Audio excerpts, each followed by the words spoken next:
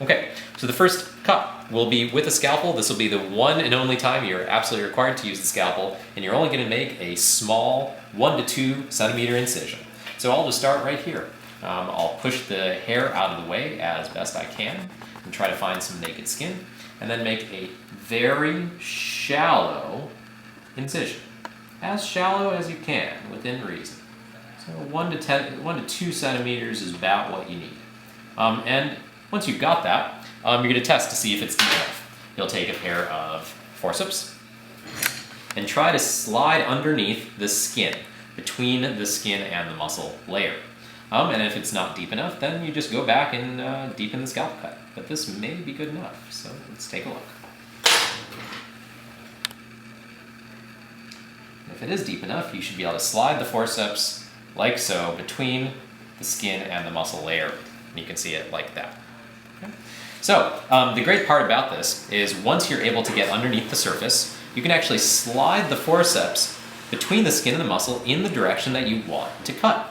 So I'm just going to slide this all the way down as far as I can, and this will give us a much safer cut. Safer in that we don't want to cut the muscle underneath, we just want to cut the skin. So we have some cleared, and I can even take a larger pair of forceps and try to make it even better. There we go. So now we have a lot of space between the skin and the muscle, and so at this point I can take a pair of scissors and cut all the way down towards the anus from here. So if you notice, I'm going to take the blunt side of the scissors and place them down. This is the safety aspect. This is why we don't use the scalpel for this cut. We use the pair of scissors. And all the way down, in fact, we go. Okay. Great. So there's your first incision. Now, we're going to have to do a little bit more work because even though we've gotten through the skin and the muscle layers underneath it, we need to peel the skin away from the muscle. So a couple techniques. What you're going to do first is basically just use your hands.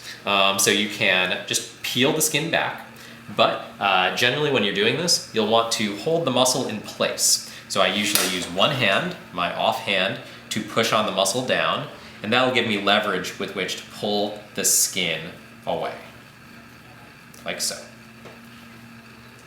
Okay. What you'll notice is what is actually being ripped is this cobwebby stuff right here. This is areolar connective tissue, a very, very flimsy and elastic connective tissue right there. And as you can see, I can rip it with my fingers, like so. And that is probably the easiest way to separate this. In fact, I do most of my skinning with my hands. And so now it's cleared in that side. Now I'll do the same thing over here and try to skin this area. So again, I'll press down with my hands on the muscle and peel the skin away. And again, there is that cobwebby connective tissue, the areolar connective tissue right there. Now, one more technique I'll show you right now before we get too far is what happens if you get to an area where your own finger pressure is not going to be enough to cut this, where you can't push through it and you can't rip it safely.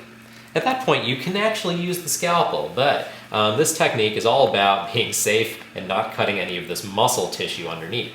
What you need to do is feel free to cut this areolar connective tissue with the very tip of the scalpel, but don't cut down here where the muscle is, just cut right against the skin surface. So you just tap it, tap it, tap it, tap it, tap it, tap it, and you can see it just ripping away. And there it goes. Okay, so that's what you're going to use in especially difficult circumstances or if you're trying to move fast. I tend to just use my fingers because in truth that ends up being the fastest thing for me. As you can see, I can now reach pretty much my entire set of fingers underneath the cat, and that took all of about 5 seconds. So there's our first incision, and now we've cleared the skin away from most of the tissue underneath. And you should be just as aggressive as I am. Once you've gotten in between the skin and the muscle, there is no danger really of harming anything. I'm going to extend this cut all the way through. Remember, I clear the skin away from the muscle and the fat underneath it first, using my fingers or a pair of forceps, and then I follow with my scissors, putting the blunt side down.